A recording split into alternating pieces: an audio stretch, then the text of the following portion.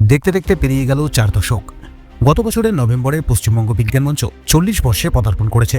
সংগঠনের প্রতিষ্ঠা দিবসকে স্মরণ করে বছরব্যাপী বিভিন্ন কর্মসূচি পালন করার আহ্বান জানিয়েছে পশ্চিমবঙ্গ বিজ্ঞান মঞ্চ। পশ্চিমবঙ্গ বিজ্ঞান মঞ্চের উত্তর 24 পরগনার নৈহাটির ঋষি বঙ্কিম বিজ্ঞান কেন্দ্রের উদ্যোগে রবিবার এক পদযাত্রা অনুষ্ঠিত হয়।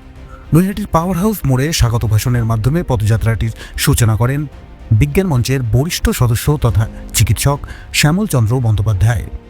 উপস্থিত ছিলেন রাজ্য কমিটির সদস্য সুকুমার ঘোষ, সত্যজিৎ বন্দ্যোপাধ্যায়, ঋষি বঙ্কিম বিজ্ঞান কেন্দ্রের সম্পাদক মানস অধিকারী, গোপাল চক্রবর্তী, সুবোধ সরকার, হরপ্রসাদ শাস্ত্রী চক্রের অরুণ চক্রবর্তী, জয়ন্ত সরকার, সমরেশ বসু চক্রের তৃপ্তি চক্রবর্তী, সুবীর ভট্টাচার্য চক্রের বিভূতিভূষণ রায় সহ প্রমুখ ব্যক্তিরা।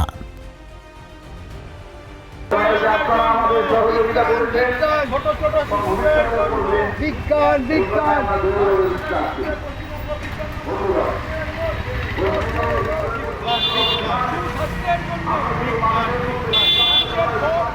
40 বছরে পদার্পণ উপলক্ষে সারা রাজ্য জুড়ে সারা বছর ধরে পশ্চিমবঙ্গ বিজ্ঞান মঞ্চের পরপর অনুষ্ঠান চলবে। সারা জেলা জুড়ে প্রত্যেকটি চক্রে, প্রত্যেকটি কেন্দ্রে আমাদের এই বিজ্ঞান পদযাত্রা অনুষ্ঠিত হচ্ছে। আমাদের এই পদযাত্রায় শুধু বিজ্ঞান মঞ্চ না, আমাদের পাশাপাশি অন্যান্য বিজ্ঞান ক্লাব যারা আছে তারাও আমাদের সঙ্গে যুক্ত হয়েছে। প্রথম ঘোষণা আমাদের যে আমাদের এই ছাত্রছাত্রীদের মধ্যে আমরা আগামী দিনে যাতে আচার্য জগদীশ চন্দ্র বোস মতন বিজ্ঞানীদের পেতে পারি বা প্রফুল্লচন্দ্র রায়ের মতো বিজ্ঞানীদের পেতে পারি, সেই জন্য একটানাভাবে আমাদের বিজ্ঞান মনস্কতা, বিজ্ঞান পাঠে আগ্রহী করার জন্য আমরা দুটো জিনিস করব।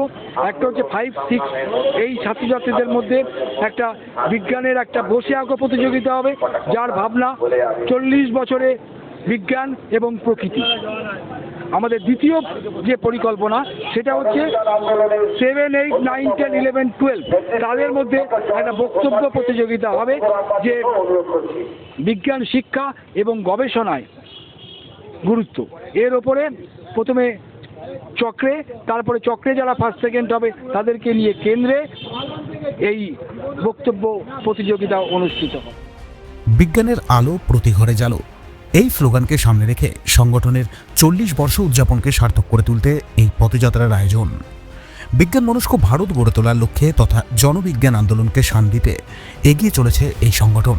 4 দশক ধরে বিজ্ঞান, কৃষি, স্বাস্থ্য ও কুসংস্কার থেকে পরিবেশ, প্রকৃতি সহ সহস্র জনবিজ্ঞান কর্মসূচি পালন করেছে পশ্চিমবঙ্গ বিজ্ঞান মঞ্চ।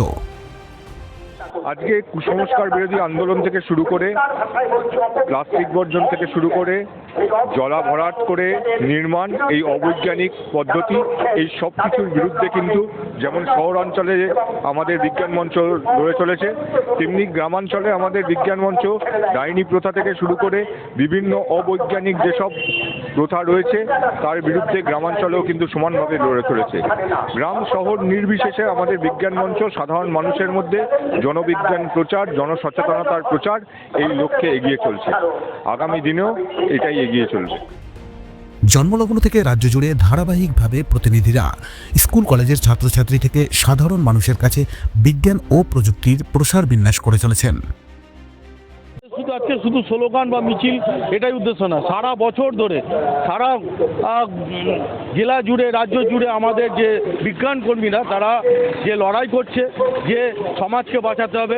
আমরা দেখেছি উত্তর 24 পরগনা, কলকাতার নানান প্রান্তরে এই মাসে আমরা দেখেছি যে যেভাবে আগুন লাগছে এবং সেই আগুন ভরাট করার জন্য দমকল বারবার, যে প্রশাসন বারবার বলছে যে এলাকার পুকুর ভরাট করা যাবে না, রাজ্য সরকারও যেখানে বলছে, কিন্তু সেখানে কিছু অসাধু ব্যবসায়ী যা প্রমোটার তারা কিন্তু পুকুর ভরাট করছে এবং যখন আগুন লেগে যাচ্ছে সেই আগুন নেভানোর জন্য পর্যাপ্ত জল ফায়ার ব্রিগেড পাচ্ছে না।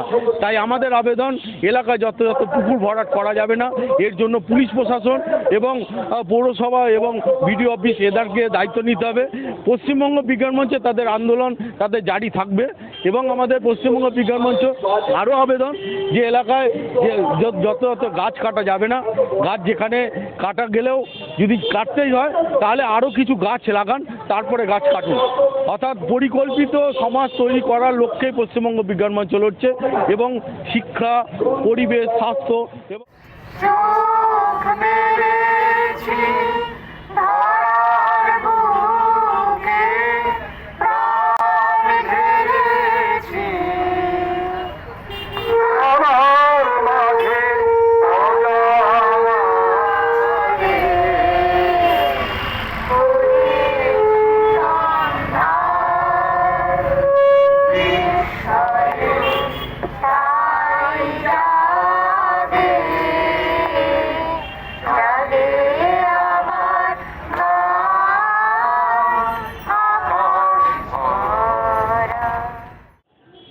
শুধু বিজ্ঞানীদের যারা ল্যাবে রয়েছেন তাদের আন্দোলন নয়, এই আন্দোলন বিজ্ঞানকে মানুষের মধ্যে পৌঁছে দেওয়ার জন্য জনবিজ্ঞান আন্দোলন।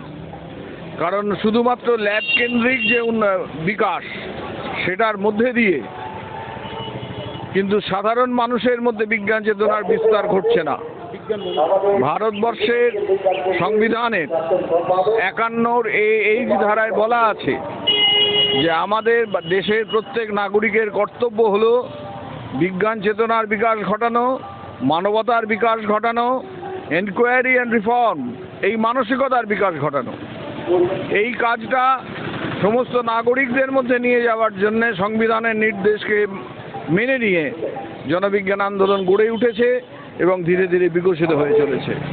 মানুষকে বাদ দিয়ে কোনো দেশের উন্নয়ন এবং বিকাশ সম্ভব নয়। তাই মানুষকে যুক্ত করেই বিজ্ঞানের বিকাশ এবং বিজ্ঞানের সুফলগুলো মানুষের মধ্যে নামিয়ে আনার কাজ এবং মানুষের মধ্যে থেকে অন্ধবিশ্বাস এবং কুসংস্কার দূর করার কাজ, এই কাজটাই হচ্ছে জনবিজ্ঞান আন্দোলনের কাজ। এবং এর মধ্যে দিয়েই দেশ ও জাতির বিকাশ হতে পারে, এর সঙ্গে কোনো দল মত ধর্ম বর্ণের সম্পর্ক নেই। এটাই জনবিজ্ঞান আন্দোলনের বৃহত্তর প্রেক্ষাপট।